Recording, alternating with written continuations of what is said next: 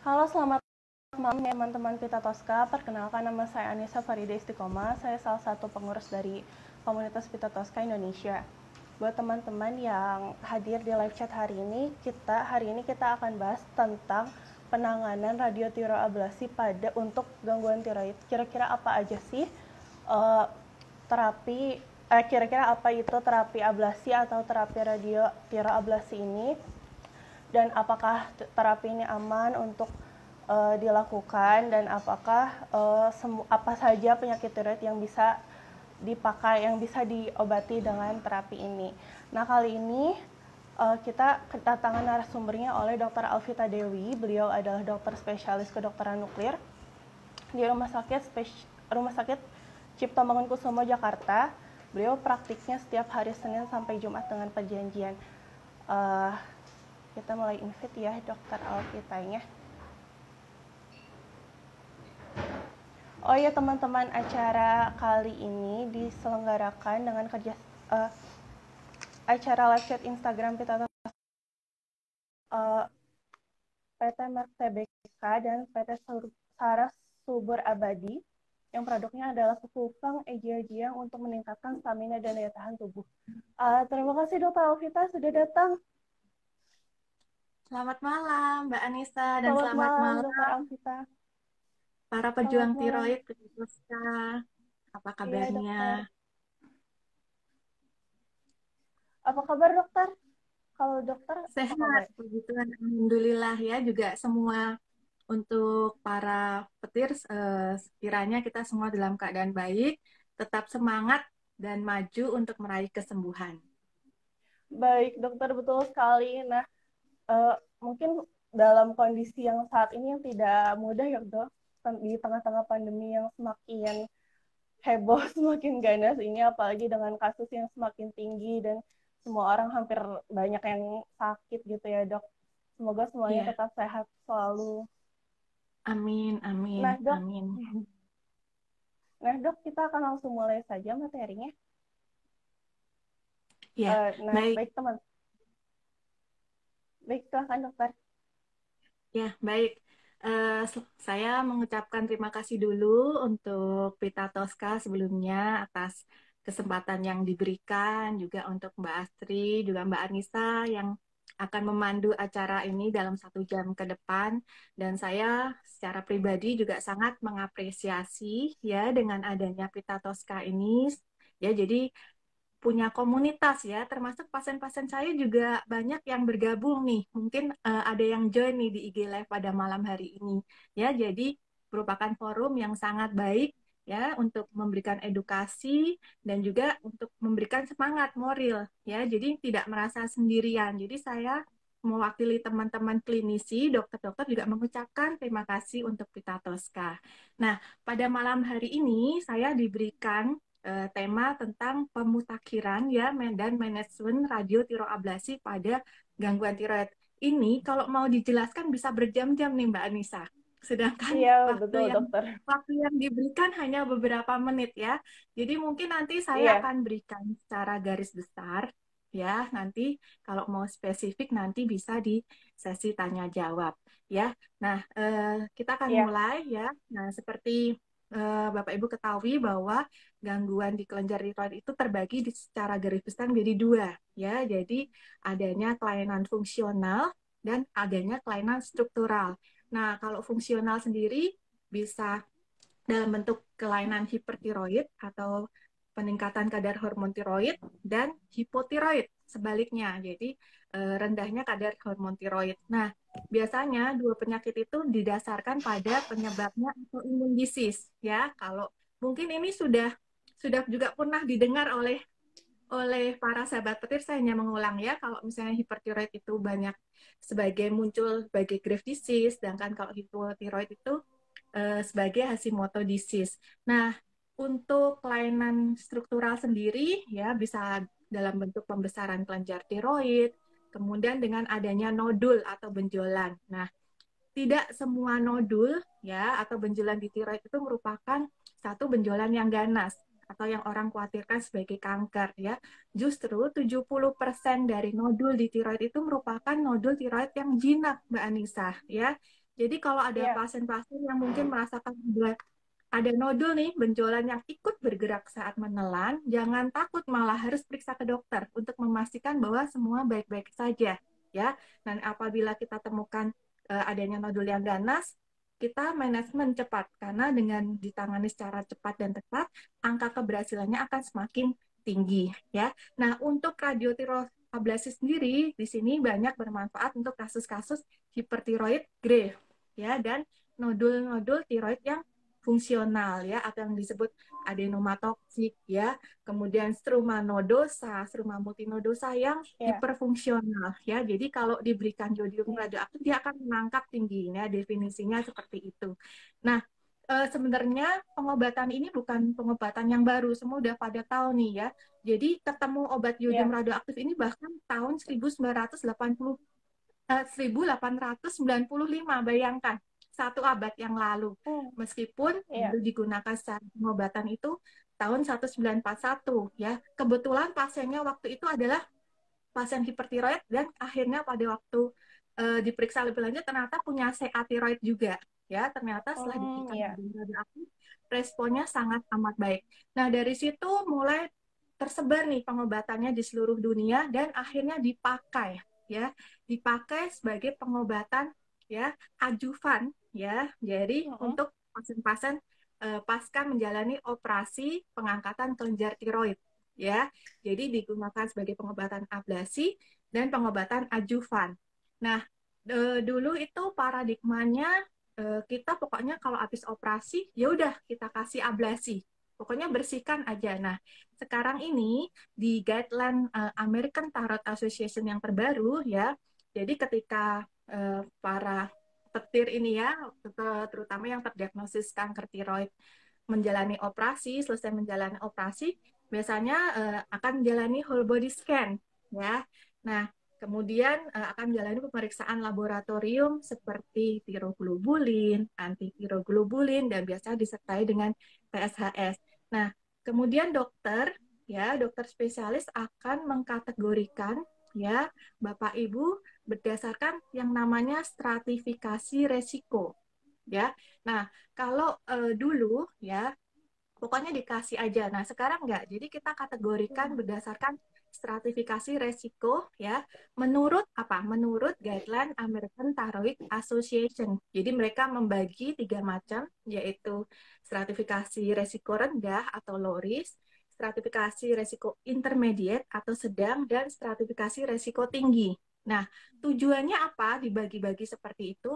Tujuannya untuk memandu, ya, memandu dokter, ya, dalam memberikan tata laksana yang ideal, ya, ideal bagi setiap pasien, karena setiap pasien itu unik, nggak bisa disamain. Jadi pasien duduk mungkin sama-sama CA tiroid, kok dia dikasih 30, kok saya 100 gitu, ya. Wah, ini dokternya pilih Mm-mm. kasih. Mungkin ada yang berpikir seperti itu.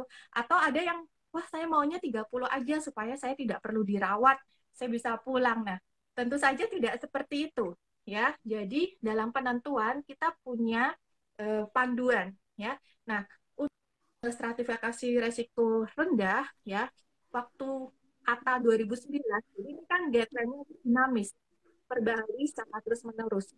Jadi waktu itu stratifikasi risiko rendah itu bisa diberikan sampai 100 milicurie, ya. Nah, Mm. bagaimana sih pembagiannya dulu? Rendah, sedang, sama tinggi. Nah, kalau rendah itu biasanya Mm. ukuran tumornya kecil, kemudian tumor ganasnya itu masih di dalam kapsul, nggak ada tanda-tanda metastasis, ya, nggak ada perlengketan ke jaringan sekitar, ya, kemudian tidak ada histologi yang agresif, ya. Mungkin kalau Bapak Ibu baca hasil PA-nya, ini ada karsinoma tiroid varian, ya, ada yang varian solid, Mm. sel Hartel cell, ya, kemudian kolumnar, ya. Nah, begitu ketemu Sel-sel ya. varian-varian tersebut, ya, ketemu varian-varian tersebut, ya, itu merupakan varian yang memang bersifat lebih agresif dibandingkan varian yang klasik seperti varian folikuler, ya. Nah, tapi jangan khawatir, lebih agresif bukan berarti non treatable, ya, bisa, tapi memang sifatnya kita harus lebih memberikan terapi yang lebih agresif gitu, ya. Jadi begitu ada Iya. ketemu varian tersebut biasanya kita langsung naik nih, nggak low risk lagi, tapi intermediate. Nah, untuk intermediate lagi setelah naik, kalau misalnya ada KGB tapi memang kecil, ya, kemudian tadi ada varian-varian agresif, kemudian ada nih perluasan ke jaringan sekitar. Nah, berarti sudah masuk ke stratifikasi resiko yang intermediate. Harus apa? Harus dinaikkan dosis ablasinya. Yang dari 30 milikuri, kita tingkatkan setidak-tidaknya 100 milikuri. Ya, 100 milikuri. Nah, apa yang disebut dengan high risk? Kalau high risk ya tentu saja karena ini namanya high risk berarti sudah ada penyebaran ke tempat lain ya, sudah Ya. ada metastasis ya. Nah, untuk digarisbawahi, jadi kanker tiroid ini paling suka ya yang jenis papuler itu menyebarnya ke kelenjar getah bening dan paru ya. Sedangkan yang tipe folikuler itu sukanya menyebar ke tulang dan ke tempat-tempat yang jauh ya. Kalau papiler itu biasanya sedekat-dekat dulu. Kenapa? Karena rute penyebarannya itu lewat pembuluh kelenjar getah bening Dan ya. Jadi kelenjar getah bening dia lewatnya situ. Tapi begitu tipe folikuler, dia lewatnya pembuluh darah, Mbak Anissa. Ya, jadi bayangkan dia bisa ya. beredar ke seluruh tubuh, kemudian kemana tempat yang subur, di situ dia tumbuh sebagai metastasis. Nah, dari situ dokter akan menentukan dosis. Ya, nah tentu saja kadang-kadang ya pertimbangannya tidak hanya dari segi penyakit, tapi misalnya dari segi kondisi pasien. Ya, misalnya Iya, pasien-pasien yang dok. sudah metastasis tulang, tapi nggak bisa melakukan aktivitas sehari-hari secara mandiri, misalnya karena ada patah tulang, tentu saja kita nggak bisa memberikan dosis yang tinggi. Kenapa? Karena kalau kita berikan dosis tinggi, pasiennya harus dirawat di ruang ablasi, Isolasi. isolasi ya. Jadi harus Iya, dok. mandiri, sedangkan pasien tersebut tidak bisa mandiri. Nah, sebagai Mm-mm. alternatifnya kita berikan dosis ya, yang kita sebut low dose ya, eh, sehingga pasien tetap bisa mendapatkan terapi, tapi dalam dosis terbagi atau yang disebut vaksinasi. Vaksinasi ini bisa Oh, setiap 3 bulan ya. Jadi 30, kemudian pasien datang lagi 3 bulan sampai sampai apa? Sampai penyakitnya terkontrol gitu. Ya. Dan juga eh, low dose dan high dose ini ya memang untuk menentukan salah satunya ya tadi pasien itu boleh diperlakukan sebagai pasien rawat jalan atau pasien rawat inap ya. Jadi sampai taraf ini sudah tidak ada lagi ya pasien yang merasa kok ini saya 30, teman saya 100, apa bedanya ya. Jadi ada pertimbangan ya, pertimbangan klinis dari dokter untuk memberikan dosis yang sesuai ya, sesuai dengan penyakitnya ya. Dan kemudian sekarang ini mulai diperkenalkan CA thyroid refractor ya. Nanti bisa tulis komen di sini ya. Jadi yang disebut CA thyroid refractor adalah sebagian kecil pasien ya yang tidak merespon dengan baik terhadap pemberian yodium radioaktif. Ya. Memang terapi yodium radioaktif ini biasanya efektif pada sebagian besar pasien ya sekitar 90% itu efektif ya. Tapi pada iya. sebagian kecil pasien ada yang tidak merespon dengan baik ya. Jadi kategori pasien CA thyroid refractor. Nah, mungkin nanti kalau ada Bapak Ibu satu saat dikasih tahu, oh Bapak ini CA-nya refraktor. Nah, berarti refraktor itu tidak responsif atau kebal ya, atau kebal atau tidak merespon dengan pemberian ablasi. Nah, definisinya apa? Definisinya adalah ketika pasien tersebut sudah mendapatkan yodium radioaktif dengan dosis kumulatif 600 milicurie ya. Karena batas maksimum pemberian yodium radioaktif di Indonesia kan 1000 milicurie ya. Ini 600 ya. Tapi responnya itu tidak maksimal. Misalnya Hmm. tiroidin 100 dari awal ya, sampai di ini masih tetap 50 loh setelah mendapatkan dosis sebesar itu, tetapi tidak bisa membersihkan atau tidak bisa menurunkan atau menghilangkan penyakitnya secara Surat nih. maksimal itu dalam kategori refraktor. Kemudian refraktor yang definisi lainnya berdasarkan imaging ya. Jadi kalau kita dari pemeriksaan struktural atau anatomi kita dapatkan adanya lesi ya, namun tidak kita jumpai di hasil pemeriksaan whole body scan. Nah, itu juga masuk dalam kategori refraktor ya. Dan juga kasus-kasus yang sering tuh pasien-pasien saya ya, saya kategorikan sebagai tenis syndrome ya, TENIS ya. Apa yang disebut tenis syndrome? Yaitu thyroglobulin elevated tapi negatif iodine scintigraphy. Kita tahu bahwa tiroglobulin itu merupakan satu tumor marker ya, jadi tumor marker Iya. yang menandakan masih adanya ya residu ya. Residu itu bisa jaringan tiroid normal dan sel tiroid karsinomanya ya. Jadi dia satu protein yang bisa terdeteksi di lab. Nah, kalau misalnya tiroglobulin itu masih positif, masih ada, artinya masih ada kan penyakitnya. Nah, dengan bantuan Iya. whole body scan dicari nih lokasinya dari mana sih ya yang menghasilkan Mm-mm. tiroglobulin. Nah, kalau ada labnya positif tetapi whole body scan-nya negatif, nah itu namanya Tennis syndrome ya. Nah, Tennis Oh, syndrome sendiri macam-macam penyebabnya ya, bisa karena adanya kelenjar getah bening ya, yang memang kadang-kadang sulit ditembus oleh yodium radioaktif atau yang kita sebut isolated lymph node metastasis. Makanya pada beberapa pasien seringkali pasca operasi pengangkatan tiroid disarankan untuk operasi lagi, Mbak Anissa. Nah, itu biasanya iya. itu KGB, ngambil KGB KGB yang ya. harus. Dan jangan khawatir kalau Iya. biasanya ngambil KGB nggak akan seperti operasi yang awal yang luka operasinya Iya, besar gitu ya. sebesar ini ya. Ya, biasanya dilakukan imaging dulu seperti ultrasonografi atau CT scan MRI. Baru kalau ternyata kelenjar getah beningnya di sini ya akan dibuka kecil ya, diambil kelenjar getah Iya. beningnya ya, karena dengan yodium radioaktif tidak efektif, nggak bisa masuk, berarti dia nggak bisa membunuh sel kanker di situ ya. Nah, penyebab lainnya adalah sel kankernya sudah berubah berubah dari sel kanker Bermutasi ya. ya bermutasi, jadi sel kankernya sudah tidak berdiferensiasi baik. Ya, jadi salah satu indikasi dari pemberian radiotiroablasi adalah untuk sel karsinoma tiroid berdiferensiasi baik, ya, karena dia harus berdiferensiasi baik supaya bisa menasih, bisa punya kemampuan untuk menangkap yodium. Tetapi kalau misalnya dia sudah tidak berdiferensiasi baik atau poor differentiated, berdiferensiasi buruk, artinya dia sudah sangat-sangat berubah, ya, sudah mutasi, sudah tidak Iya. punya lagi kemampuan menangkap yodium radioaktif. Nah, kalau pada kasus-kasus tersebut biasanya sudah tidak bisa lagi kita berikan ablasi, ya. Mungkin nanti ada terapi lain seperti radiasi eksterna atau misalnya bisa dioperasi kalau itu memungkinkan, ya. Nah, tapi pada kasus-kasus tenis sindrom biasanya menurut guideline tata laksana kita bisa berikan satu kali lagi dosis ablasi yang dari 30 hingga 100 milicurie. Kenapa? Karena pada saat whole body scan kan kita pakai yodium radioaktif dosis kecil. Ya, mungkin Iya. saja karena serapannya dosisnya kecil, jadi nggak muncul gitu. Ya, tetapi begitu kita berikan dosis yang besar, baru muncul nih uptake-nya pada waktu whole body scan post terapi.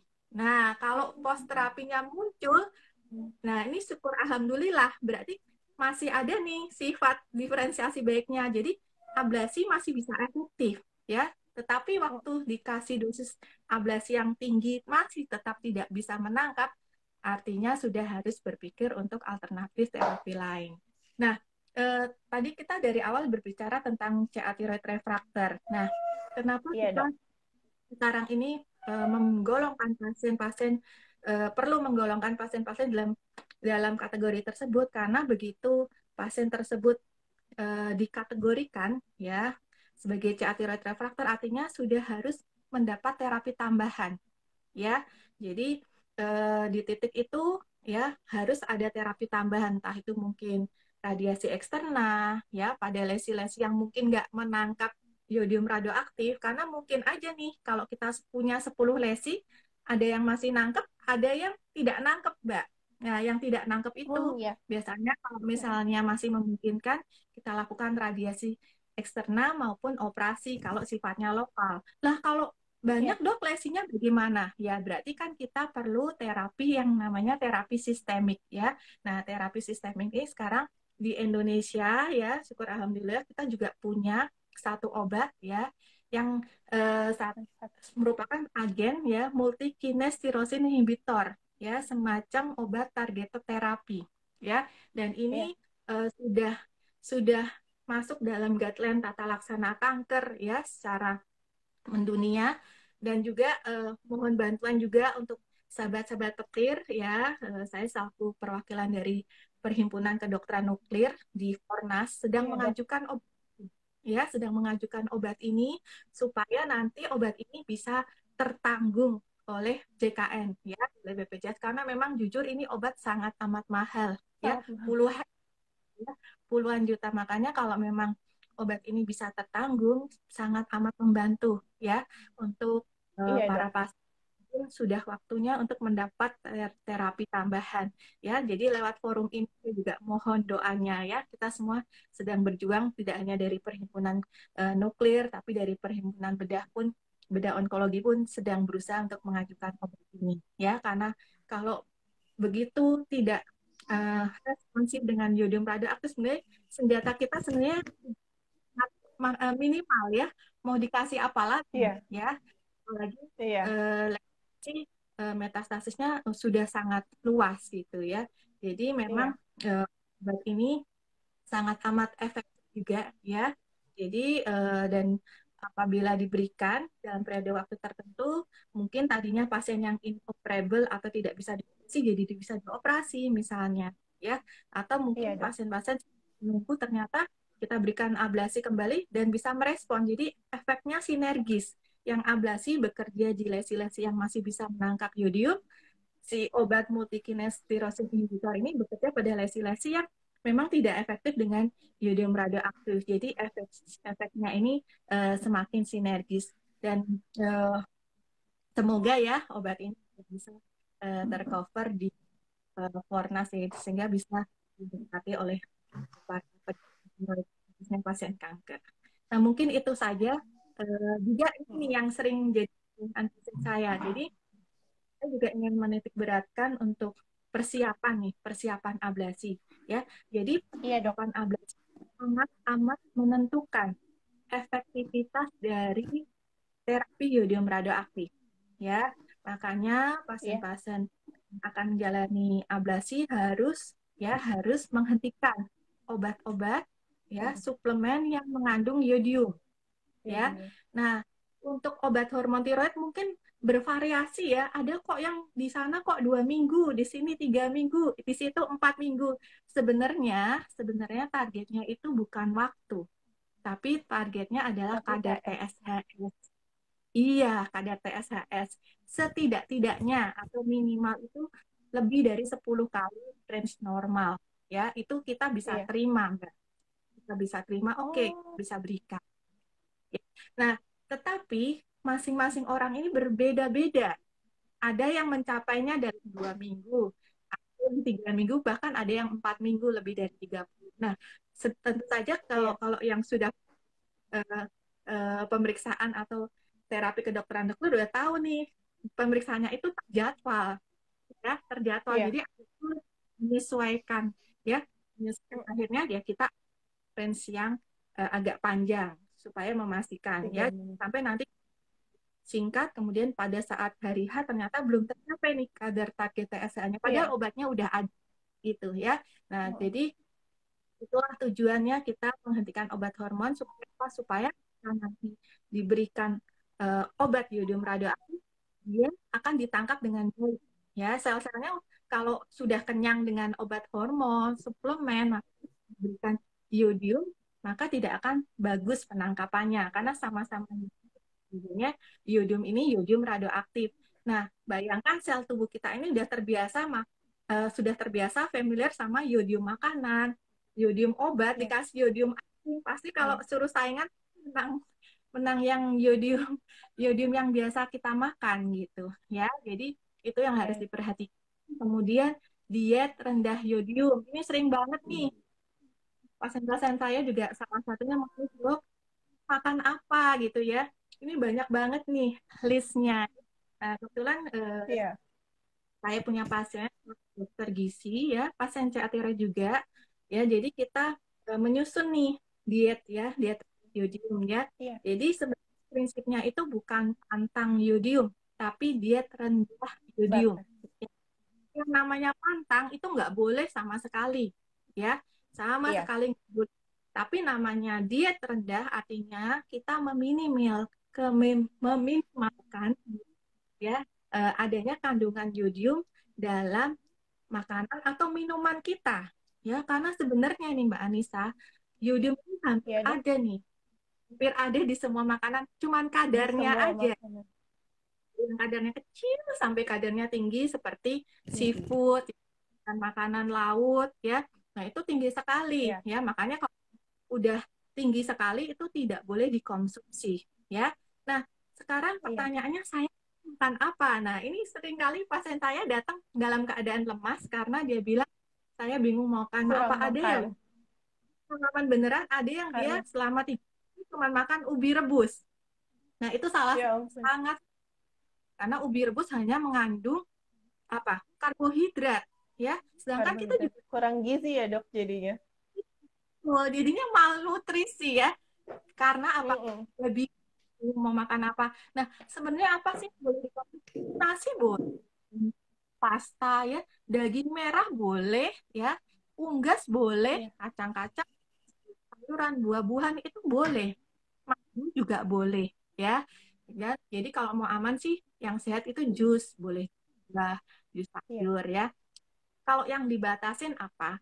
Dibatasin itu gampangnya itu dari protein, itu, susu, ya. Kemudian telur itu seafood. putih telurnya bebas, aman, ya. Kemudian kue-kuean, ice cream, ya. Kemudian Iya, sayur-sayuran yang harus dibatasi itu biasanya sayur-sayuran hijau, ya. Bayam, brokoli. Nah, itu dibatasin aja. Dibatasin itu bukan berarti nggak boleh, tapi tidak jangan sama terlalu. sekali. Ya, jadi ini yang jadi perhatian saya. Dan juga untuk garam nih, garam sering ditanyakan juga, Iya, dok, saya katanya nggak boleh pakai garam berjodium garam misalnya, ya. berjodium. Ya, cari garam yang tidak berjodium, garam apa gitu.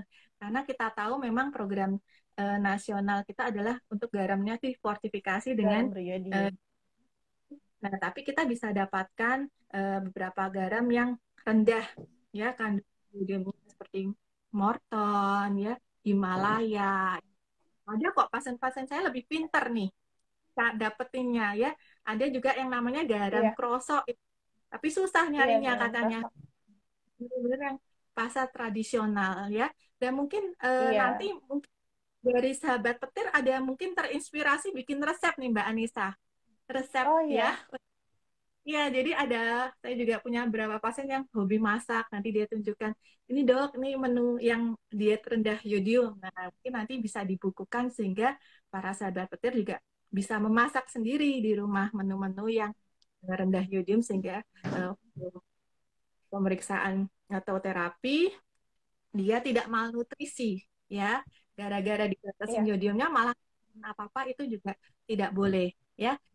Kalau misalnya iya, pada satu pasien tidak bisa nih sampai tidak bisa menghentikan obat hormon tiroid tadi karena kan karena harus dihentikannya berminggu-minggu, ya, karena ada Mbak Nisa iya, yang dok. dia intoleran, ya, ada yang 3-4 minggu nggak berasa apa-apa, ada yang 2 minggu lemes, ya, mengantuk gitu, ya, Iya, sulit konsentrasi karena kan kita tubuhnya dalam keadaan hipotiroid.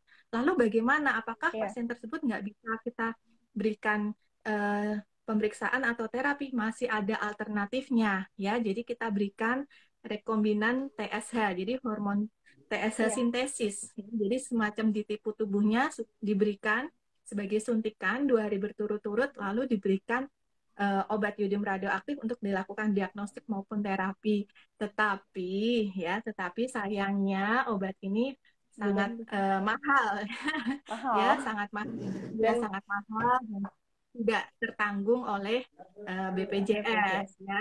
Nah, kan orang yang mampu pun masih, ketika saya suruh memilih pilih mana 3 minggu atau seharga itu, wah, sayang juga ya Iya, dok, ya. Saya ini iya, bisa buat, waduh, jangan begitu juga, buat jalan-jalan aja. Nah, enggak juga. Ini hanya digunakan sesuai indikasinya, ya.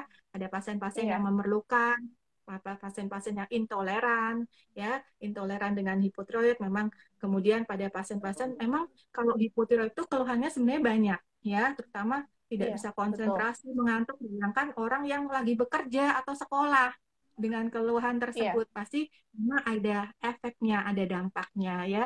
Nah, tapi ini sebagai alternatif saja.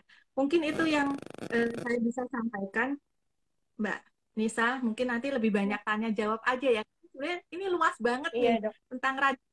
Iya Saya bisa betul. ngomong ini, saya bisa, cuman waktu kita kan terbatas di sini. Jadi mungkin kita lebih Iya. fokus ke sesi tanya.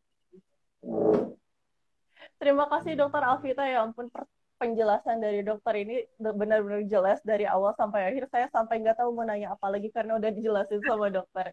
Kalau gitu, saya buka dari kolom pertanyaan teman-teman saja ya dok ya.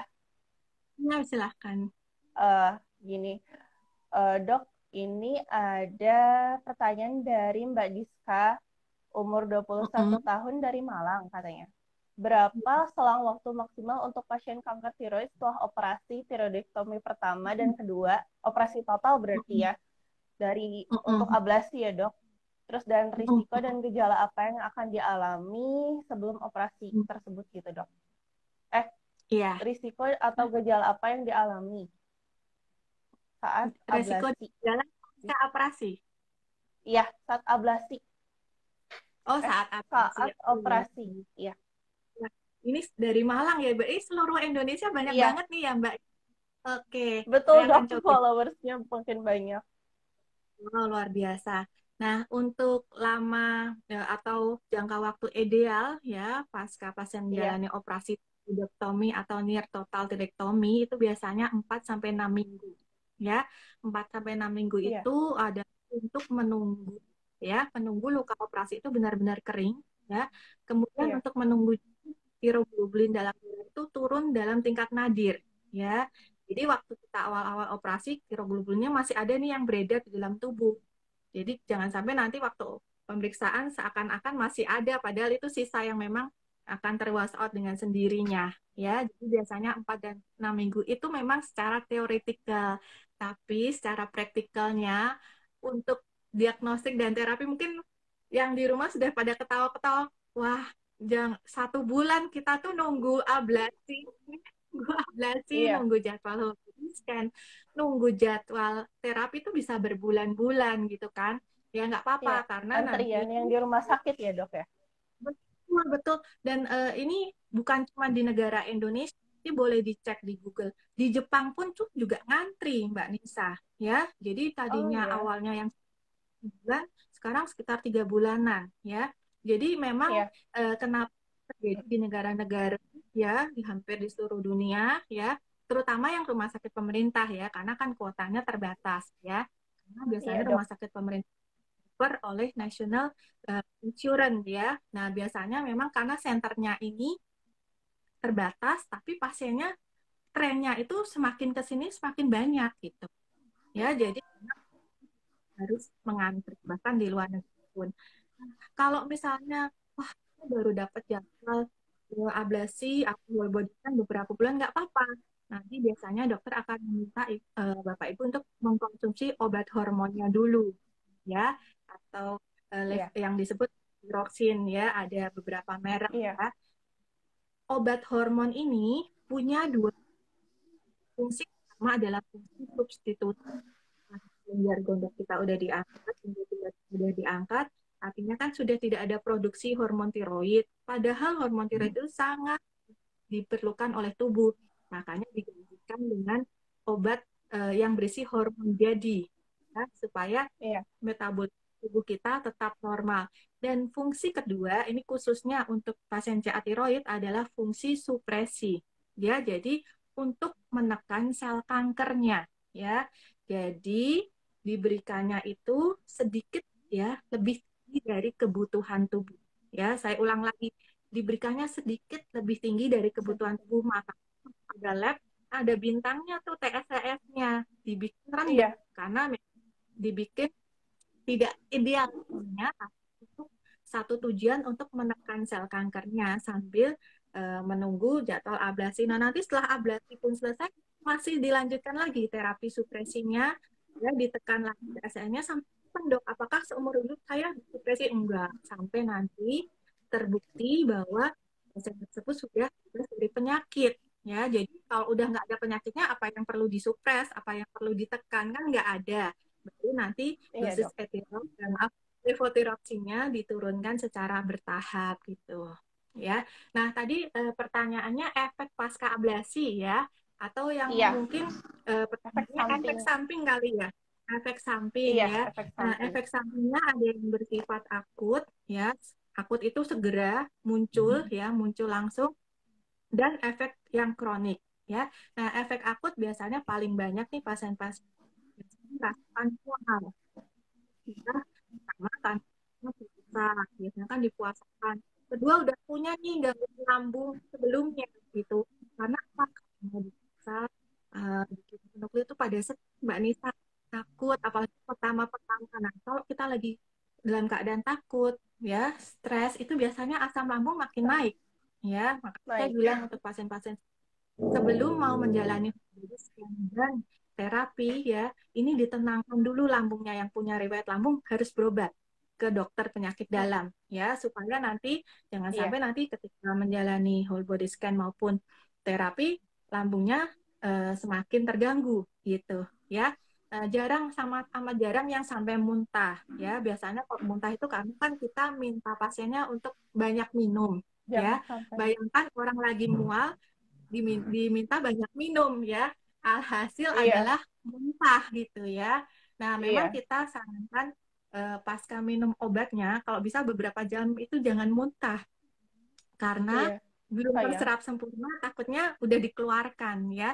Tapi kalau udah Iya, lebih dari 4-6 jam nggak apa-apa, karena kan waktu pengosongan lambung 4-6 jam ya. Jadi pasti. jangan begitu diminum, baru nyampe sini dimuntahkan ya. Hilang semua karena obatnya itu butuh diserap ya dalam saluran pencernaan. Ya, kemudian ada efek juga biasanya ke kelenjar saliva ya. Jadi mulutnya kering ya. Kemudian bisa Iya, terjadi pembengkakan di sini, ada yang berasa ganjel, ada yang bengkak, tapi itu jarang sih. Pasien-pasien saya juga jarang merasakan. Dan biasanya kita selalu berikan 2 obat ya, yang utama yaitu obat untuk lambung dan untuk anti peradangan ya. Jadi iya dok. sewaktu-waktu ada merasakan keluhan radang seperti nyeri, kemudian kemerahan ya, pembengkakan, obat itu diminum. Jadi tidak langsung diminum, tapi diminum kalau memang muncul keluhan tersebut itu ya. Nah, juga ada beberapa yang mengeluh kehilangan pengecapan nih. Nah, ini yang Iya, lagi ditakutin orang-orang ya. lagi Pasien pasca ablasi tiba-tiba kehilangan pengecapan ya. Nah, ketika dia cerita mungkin keluhannya itu pasti, wah ini COVID atau karena ablasi pasca gitu ya. ablasi. Pasca ablasi ya.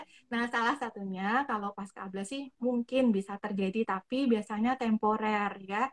Dan saya minta pasien Iya, saya, kalau misalnya ada pasien yang lapor, dok, kok rasanya asin saya berkurang, atau ada yang malah yang asemnya berkurang, ada yang beda-beda nih. Nah, saya minta untuk iya, rajin konsumsi ya, yang asem-asem ya, jeruk ya, vitamin C gitu. Dan banyakkan kembali kok setelah beberapa bulan gitu ya. Nah, sekarang iya, untuk jangka panjang ya, jangka panjang. Nah, orang-orang tuh takut apa kalau di terapi nuklir? Takut mandul ya, kemudian takut nanti anaknya cacat ya, dan misalnya takut nanti jadi kanker yang lain. Nah, jadi pengobatan yodium radioaktif ini kan sudah dilakukan sejak 1941 yang saya cerita di awal ya. Nah, pasti sudah iya, banyak nih pasien-pasiennya Mbak ya, yang sudah iya, survive, ya, sudah sembuh. Nah, sudah ada penelitian nih yang mengikuti pasien-pasien tersebut selama 40 tahun ya. Jadi asumsinya kalau sudah 40 tahun dari awal terdiagnosis pasti ada yang hamil, ada yang iya, melahirkan ya, sudah punya anak, atau bahkan ada yang meninggal dunia karena usia ya. Nah, ternyata dari data tersebut ya, ini untuk populasi dewasa ya.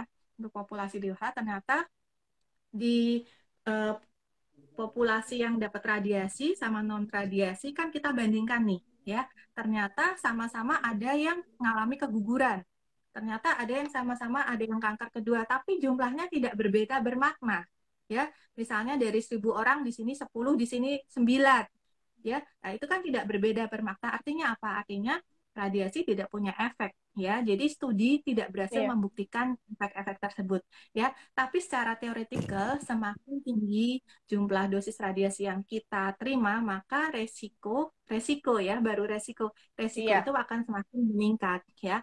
Itulah mengapa ya dalam pemberian dosis radiasi terutama yodium radioaktif kita ini memakai prinsip ALARA yang namanya ALARA, as low as reasonable achievable ya. Jadi nggak saya kasih dosis besar aja biar biar biar efektif. Nah itu adalah pemikiran yang salah besar ya. Justru kita as low as reasonable achievable. Kita mau menggunakan dosis iya, seminim mungkin tetapi untuk menghasilkan efek yang maksimal ya. Jadi seimbang antara resiko dan manfaatnya pada satu pasien tersebut gitu ya. Jadi tidak berarti dosis yang lebih besar itu selalu lebih baik ya. Itu hilangkan iya pemikiran dok, itu.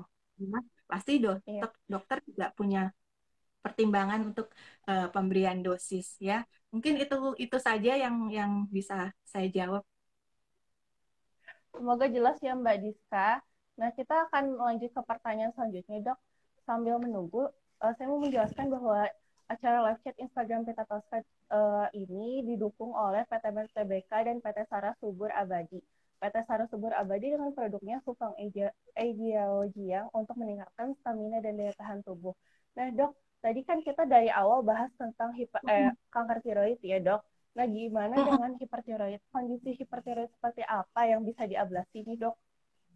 Oh ya, ya tadi saking semangatnya beralih ke kanker tiroid Iya, ya. Jadi, iya dok. Ini jadi ada pertanyaan dari Mbak Yulia Siwi. oh baik baik. Jadi hipertiroid itu kan mengacu pada peningkatan kadar hormon tiroid di tubuh seseorang yang diakibatkan Iya, dari peningkatan produk di kelenjar tiroid. Jadi nggak semua iya, hipertiroid itu dari kelenjar tiroid, ya bisa aja dari iya, luar. Ya. Contohnya orang yang minum obat hormon terlalu berlebihan, ya, atau iya, akibat obat-obat biasanya obat-obat irama jantung itu juga bisa menyebabkan hipertiroid. Nah, hipertiroid yang bisa diterapi dengan kedokteran nuklir adalah terapi hipertiroid pada autoimmune disease, Graves disease namanya. Ya, Graves disease iya itu dok. punya trias ya, trias klasik ya, punya tiga indikasi ya, tiga ciri ya. Yang pertama adalah keadaan hipertiroid, kemudian adanya pembesaran kelenjar tiroid yang bersifat difus ya. Jadi kalau kita lihat Iya, leher kita besar ya, kemudian terangkat saat menelan, nah itu kemungkinan dari pembesaran kelenjar tiroid. Dan yang ketiga adalah adanya Grave ophthalmopathy atau pembengkakan mata ya yang masih merupakan bagian dari penyakit Graves disease. Nah, itu merupakan pilihan terapi. Nah, pertanyaannya nih kan iya, ada pilihan nih dokter, obat anti tiroid, kemudian ada terapi yodium radioaktif dan operasi gitu kan. Mana sih yang iya terapi dok. yang terbaik gitu ya? Jawabannya tidak ada Iya, terapi yang terbaik ya. Masing-masing terapi itu punya keunggulan, punya kelemahan juga ya. Nah, yang kita berusaha berikan adalah terapi yang ideal untuk pasien ya. Nah, iya dok. biasanya pasien-pasien itu diberikan obat anti tiroid dulu ya. Kan banyak tuh Iya, jenisnya, ada tirosol, neumarkasol, ya, PTU dan lain-lain ya. Biasanya diberikan iya dok. hingga 2 tahun, guideline 2 tahun, ya. Begitu 2 tahun tidak merespon, ya, harus dipikirkan terapi definitif. Nah, kita akan masuk apa sih dok yang dimaksud terapi definitif? Nah, begini, dasar dari penyakit Graves itu suatu kelainan autoimun, ya. Saya suka Iya dok. cerita gini ke pasien. Nah, kalau penyakit infeksi itu misalnya infeksi bakteri, infeksi virus itu kan biasanya kita menghinggapi tubuh kita, jadi sakit, kita berikan antibakteri, antivirus, mati bakteri virusnya, kemudian sel tubuh kita regenerasi sembuh. Penyakit autoimun adalah dari sel tubuh kita sendiri, ya. Nah, kebetulan di tiroidnya itu ada yang selnya jadi hiperfungsional, jadinya Graves disease, dan hipofungsional, jadinya Hashimoto disease. Nah, itu yang utama. Nah, hiperfungsional ini yang pada pasien-pasien Graves disease, makanya jadi hipertiroid. Nah, Kalau memang sudah tidak bisa dengan obat anti tiroid, karena obat anti tiroid itu sebenarnya hanya menekan imun, ya, dan menghambat produksi hormon, ya. Sampai apa? Sampai terjadi remisi, karena sebagian kecil pasien, ya, khususnya untuk Graves disease yang mal tuh yang ringan, ya, memang bisa sembuh sendiri, Mbak Anissa, Iya ya. dok. Tetapi beberapa pasien mungkin nanti di sini juga ada nih, udah pernah satu kali episodenya muncul kemudian normal tiba-tiba. Nah, nanti beberapa tahun Iya. biasanya muncul lagi, ya. Itu namanya kambuh Iya. relapse, ya. Kambuh. Ya, ada yang bilang yang indus, ya, atau yang menginduksi misalnya infeksi atau stres atau kelelahan, apapun itu memang sudah ada bawaan autoimun, tinggal timing sama apa yang mencetuskan sehingga muncul kembali. Nah, kalau memang sudah tidak bisa dikendalikan dengan obat anti tiroid, maka pilihannya adalah terapi definitif, ya. Terapi definitif adalah terapi untuk menghilangkan penyebabnya, ya. Nah, penyebabnya apa? Ya, kelenjar tiroid itu yang lebih Iya. hiperfungsional, yang sangat Yang terlalu hiperfungsional. Makanya terlalu aktif sehingga menghasilkan hormon yang berlebihan. Maka apa? Maka pilihannya antara diangkat, ya, dibuang lewat operasi maupun dimatikan fungsinya dengan ablasi atau dengan terapi yodium radioaktif. Nah, untuk iya. terapi definitifnya dua ini, ya, punya konsekuensi. Konsekuensinya itu seumur hidup, Mbak Nisa, ya. Nah, karena Hipotiroid sifatnya ya ini dok. menghilang, iya betul, hipotiroid. Nah, saya terus-menerus tekankan ke pasien-pasien Iya. saya, ya, kalau ada yang datang, kenapa mau berobat nuklir gitu kan? Oh gini dok, saya itu udah bosen minum obat gitu kan. Saya udah minum Iya. obat PQ atau tirosol dan Mercazole udah bertahun-tahun. Jadi saya bosen minum obat, makanya saya mau dinuklir gitu kan. Nah saya bilang Iya.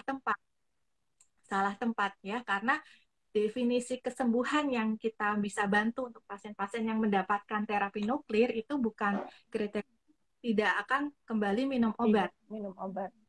Betul, tapi dapat quality of life yang lebih baik, ya. Karena apa? Karena nanti kita Iya. tuh nggak ganti penyakit loh, nggak ganti dari hiper Iya. ke hipo.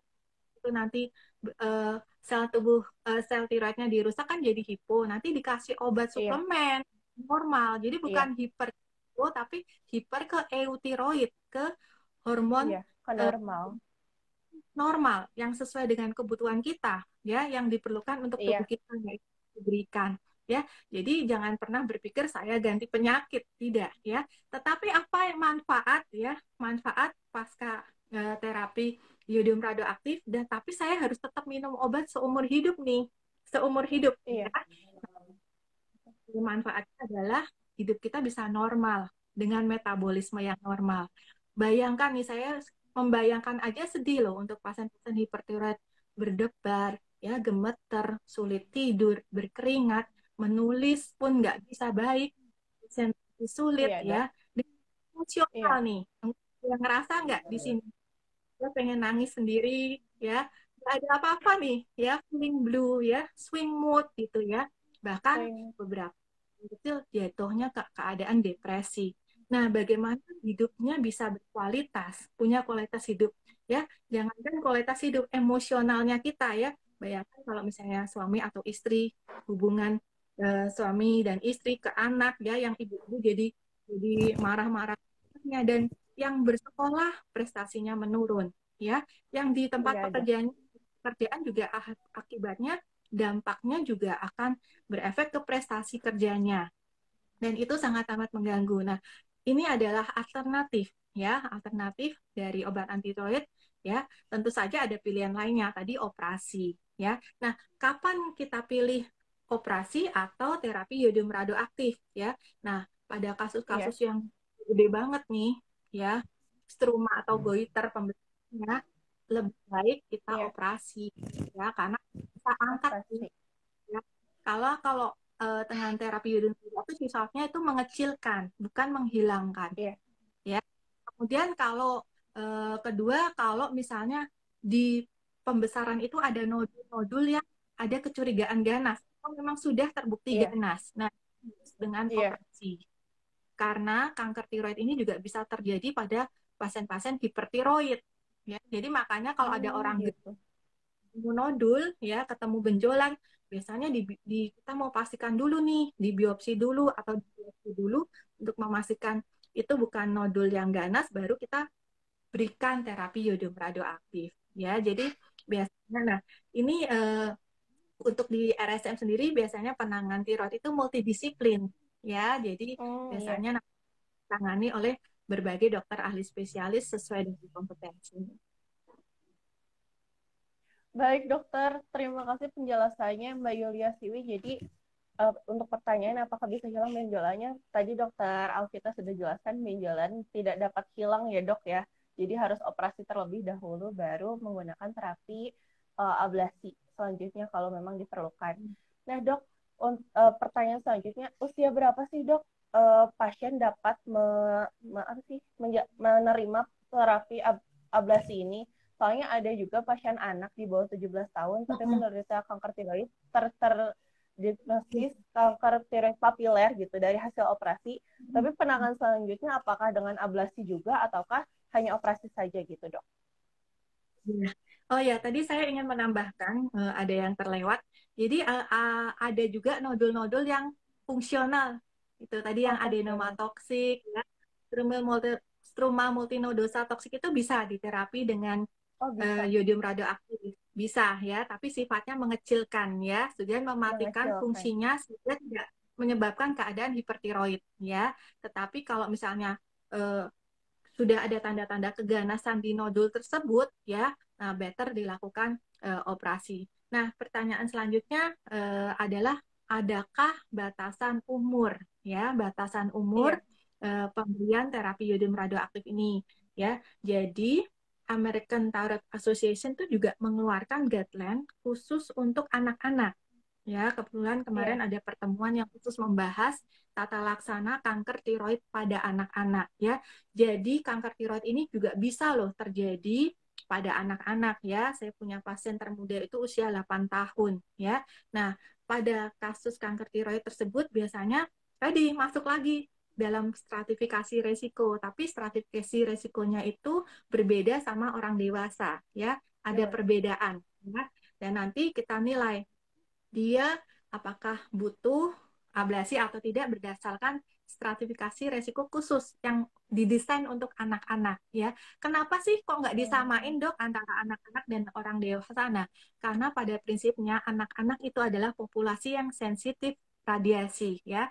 Jadi kalau Bapak Ibu nanti ada yang pernah menjalani ablasi atau pemeriksaan nuklir apapun pasti dipesankan oleh dokter jangan dekat-dekat ibu hamil dan anak kecil, Dan khususnya anak-anak. kurang dari 12 tahun atau anak di bawah 5 tahun itu. Kalau bisa jangan ya.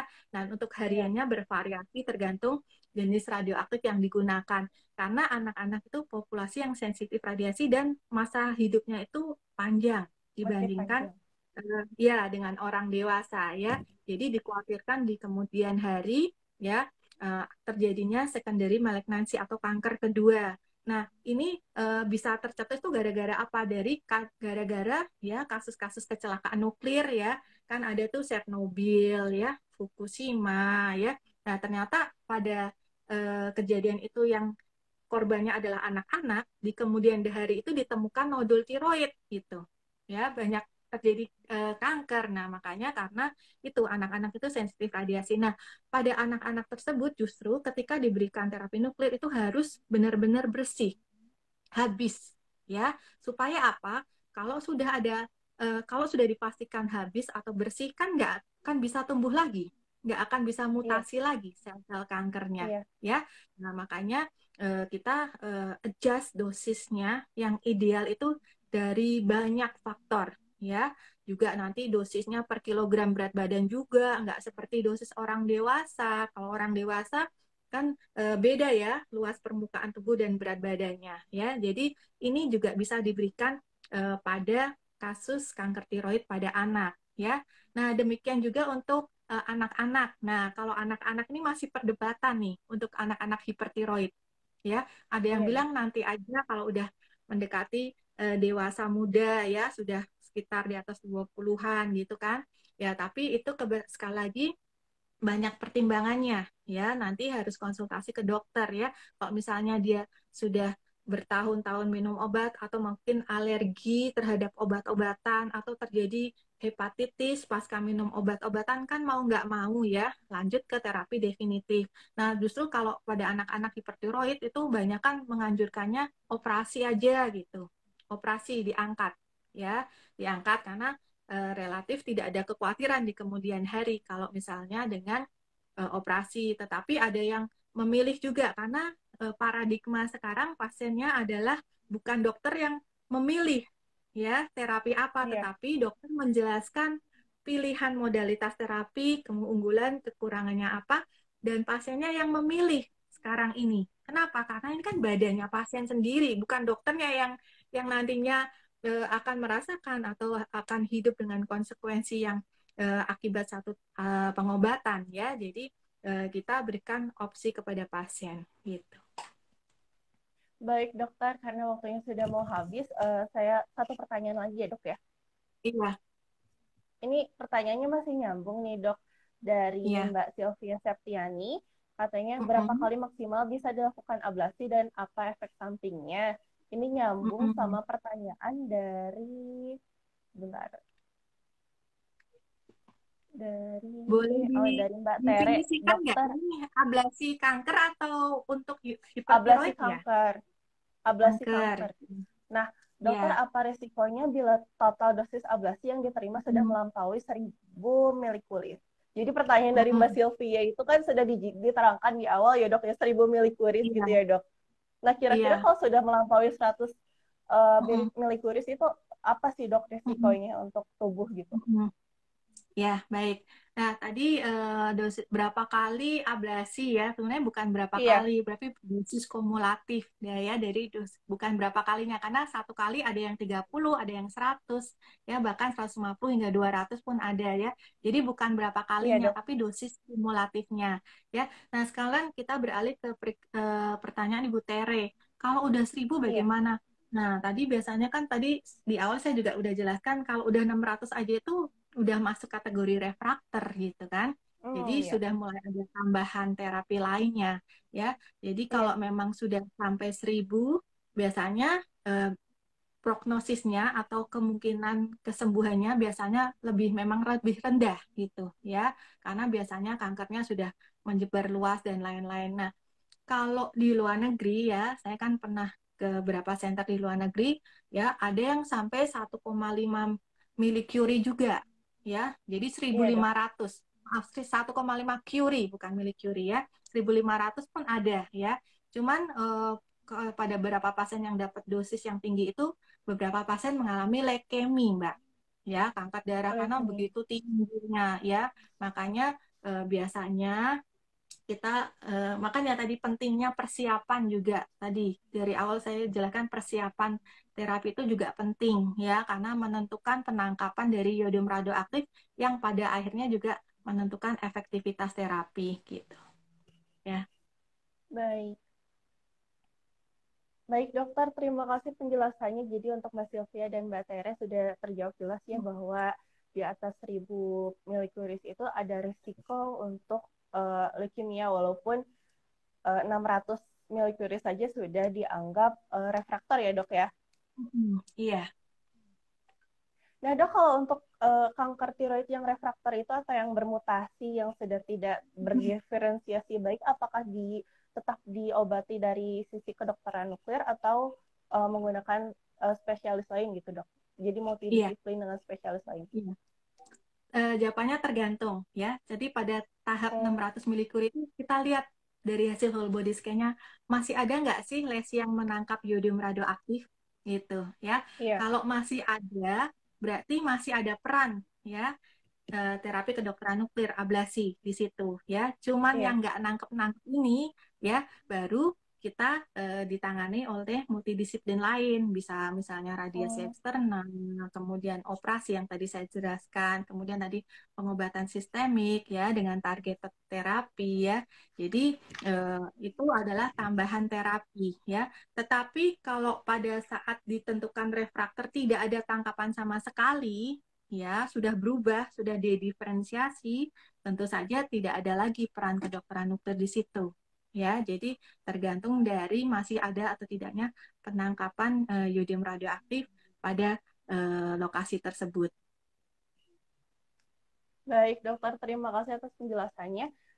Ini ada penjelasan, dok, bahwa acara live Instagram Pita Tosca ini didukung oleh PT Mm-mm. Merek TBK dan PT Sara Subur Abadi. PT Sara Subur Abadi dengan produknya Fufang Ijo Jiang untuk meningkatkan stamina dan daya tahan tubuh. Terima kasih Iya, dokter atas waktunya. Waktunya iya. sudah habis. Ternyata nggak kerasa dok Eh, bahwa penjelasan dari dokter itu Sudah satu asik jam ya banget ternyata. ternyata. Iya dok, Mbak, Mbak sudah Nasa, satu saya jam. boleh minta waktu 3 menit nggak? Kebetulan ini surprise Boleh dok. juga, ya. Oh iya. Surprise juga untuk Pita Tosca dan untuk sahabat petir ya. Jadi saya mau kasih kuis nih. Saya mau kasih Oh kuis. gimana? Saya mau kasih Iya. dia. Nanti kalau bisa menjawab pertanyaan, ya nanti Wah saya seru akan nih. kirimkan ya. Jadi ini adalah 2 buku School of Life ya. Jadi saya pernah menulis buku bersama suami saya. Saya akan kirimkan ke Mm-mm. sahabat petir yang bisa menjawab pertanyaan saya. Jadi saya minta tolong untuk Mbak Anissa untuk melihat siapa yang tercepat dulu ya. Siapa yang Oh tercepat siap ya. siap siap. Nah, nah Gimana ini pertanyaannya dok? pertanyaannya di luar Kita. ablasi sebenarnya, di luar Oh di ablasi luar ya. ablasi. Di luar ablasi tapi masih ada hubungannya dengan tiroid ya. Nah, Oh saya iya. kasih pertanyaan pertama ya, ya. Jadi Siap. apa Siap nih teman-teman persamaannya? dokter Alvita. Ya, apa persamaannya ya penyakit yang diderita ya Missy Elliott, Presiden George Bush, ya, istrinya juga Laura George Bush derita apa? Dok boleh saya yang jawab dok? Apa ya? Enggak ya. Apa Ayo teman-teman persamaan apa penyakit ya? Apa persamaan penyakit yang diderita oleh Missy Elliott ya, Presiden George Bush dan istrinya? Sebenarnya masih banyak sih, cuman mungkin itu yang iya paling terkenal ya. dua orang ini ya. Ada yang menjawab nggak? Jadi ini Kalau nggak ada, ada satu apakah hipertiroid bukan? iya, tapi lebih Ada dua lebih pertanyaan. spesifik lagi. Udah dekat Ayo teman-teman 90%, lebih spesifik lagi. 90% udah benar. Tinggal Kira-kira ayo apa? siapa yang bisa lebih membuat jadi 100%. Jadi apa pertanyaannya? Apa penyakit dari Missy Elliott Persamaan. dan Presiden George Bush? Ayo Nah, teman-teman. apa penyakitnya? biar biar saya cari nih siapa yang menang duluan. Kalau nggak bisa Mbak Nisa aja ya yang jawab ya. Iya dong. Kata dokter Alvita bukan hipertiroid. Ayo cari lagi. Tiroid, tapi Kira-kira lebih apa? spesifik Hipertiroid tapi penyakitnya oh apa? iya, iya lebih Iya, spesifik. Kira-kira apa? Graves disease bukan dok? iya betul. Nanti boleh ya yang menang silahkan DM saya, DM alamatnya ya. Satu lagi nih, Eh, satu lagi ya. ini saya Satu sebutin lagi. ya dok. eh, yang Ya, paling ini satu orang pertanyaan ya. pertama yang satu orang berarti yang paling cepat ini dari Norida Ali, Ibu Norida Ali. Ya, Graves disease oke, selamat Bu jawabannya. Nurida Ali dapat buku ya. Nah, ini apa persamaan penyakit juga ini gampang nih ya. Yang diderita Oh iya. oleh Rachel Amanda, Sofia Vergara, Rod Stewart. Tuh, terkenal banget tuh. Aduh ini pertanyaannya artis terkenal semua nih. Rahel Amanda masa nggak ada yang tahu pertanyaannya? Penyakitnya apa? Ayo teman-teman, gak sabar. Ini jarang nonton Rahel infotainment kali Amanda, ya. iya, iya. Rahel Amanda, siapa lagi dok? Siapa penyakit Rod persamaan Stewart penyakit ya, Rahel sama Amanda? Sofia Vergara tuh. Sofia, Rod Stewart kan penyakit terkenal ya Mbak Nisa ya. Belum ada yang Iya, bisa iya. menjawab ya. Kang, ini harus lengkap juga nggak dok? Sakitnya apa gitu? Atau cuman, Garis oh besar enggak. aja. Oh ini udah ada nih Heeh. dok. Kanker tiroid dari Iya, Yeni Datiap betul, 78. betul, betul. Jadi Rod Stewart ya, kemudian Sofia Vergara ya. Kalau Rod Stewart kan penyanyi ya, jadi dia CA Iya. tiroid. Habis itu dia dapat ablasi, suaranya sempat berubah ya. Tetapi Oh, setelah beberapa waktu dia masih bisa tetap menyanyi ya. Kan pada tahu kan kalau lagu-lagunya Rod Stewart ya. Sedangkan Sofia Vergara kan bintang film yang terkenal ya.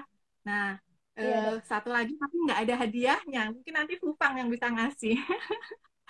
Atau satu lagi Ayo, biar apakah ada seru ya. sponsor? Satu lagi ya. Barangkali nanti Fufang bisa Oh, bantu boleh. ya. Satu kali lagi karena hadiahnya cuma dua. Apa persamaan penyakit ya yang diderita oleh eh, Kelly Clarkson ya, Oprah Winfrey sama Senator Hillary Clinton. Nah, pasti udah kenal semuanya kan? Ayo Nah, teman-teman, apa ini orang terkenal semua. Penyakit dari Oprah Winfrey, Hmm, Hillary Clarkson, yang Hillary Clinton, Hillary sama Kelly Clinton Clarkson. sama Kelly Clarkson tuh. Aduh, Kelly soalnya Clarkson handphonenya buat penyanyi, nonton nggak Oprah usah Win, googling ya. iya, Oprah Winfrey ini apa infotainment gitu ya, MC pembawa Iya, acara talk show gitu. Nah, terkenal. ada Ya, dok, talk show terkenal. Siap, apa autoimun yang ada Anda? Hashimoto nih dok. Oh iya betul, tiroiditis Hashimoto selamat. Nanti tadi yang menang yang kedua dan ketiga saya belum dengar namanya siapa, Mbak Nisa. Yang pertama itu Ibu Nurida Ali, yang kedua Mbak Hmm. Yeni Yap 75, yang ketiga Ya, Lia In Laurentia.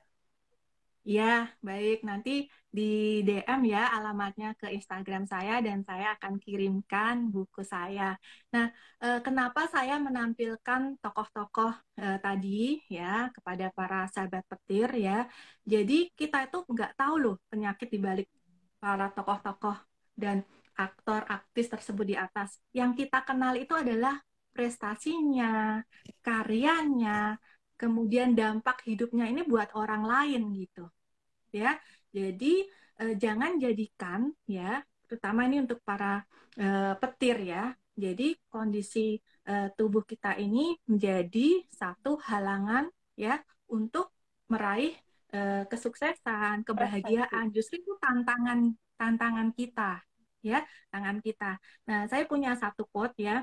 Jadi jangan pernah menjadikan satu peristiwa buruk bahkan penyakit sebagai jati dirimu ya, tetapi jadikan perjuanganmu melawan penyakit sebagai bagian hidup yang menunjukkan siapa dirimu sebenarnya, ya. Jadi, don't define yourself based on bad life experience or your illness, but use the story of your struggle against that disease to find out who you really are, ya. Jadi jangan pernah menjadikan satu peristiwa buruk bahkan penyakit sebagai jati dirimu, tetapi jadikan perjuanganmu melawan penyakit sebagai bagian hidup yang menunjukkan siapa jati dirimu yang sebenarnya gitu ya. Akhir kata terima kasih dan mohon maaf kalau ada kesalahan ya, kurangan, tapi saya sangat-sangat bangga, saya sangat bahagia bisa berbagi ya dengan sahabat petir dan mohon maaf mungkin penjelasannya nggak bisa menyeluruh karena begitu terbatasnya waktu ya. Jadi boleh mungkin nanti di kemudian hari kita bisa ngobrol-ngobrol lagi ya. Juga terima kasih untuk Mbak Astri, juga Mbak Anissa dan Pita Toskan dan seluruh pengurusnya dan juga yang sudah menonton IG Live pada malam hari ini. Semoga kita semua selalu sehat dan berada dalam lindungan kasih sayangnya. Amin. Amin. Terima kasih Dokter Alvita atas waktunya. Boleh dok minta waktunya bikin logo Pita Pasca seperti ini? Oh gitu. Iya, nanti ada yang capture. Bentar. Nah, ini. Terima kasih dok atas waktunya. Semoga dokter Terima dan keluarga kasih. sehat selalu. Teman-teman semua juga Amin. semoga semua sehat selalu dan selalu aman di masa pandemi ini. Terima kasih dok. Eh, Terima Selamat kasih. malam. Malam semuanya. Sampai ketemu kembali. Sampai ketemu kembali dokter. Jadi teman-teman acara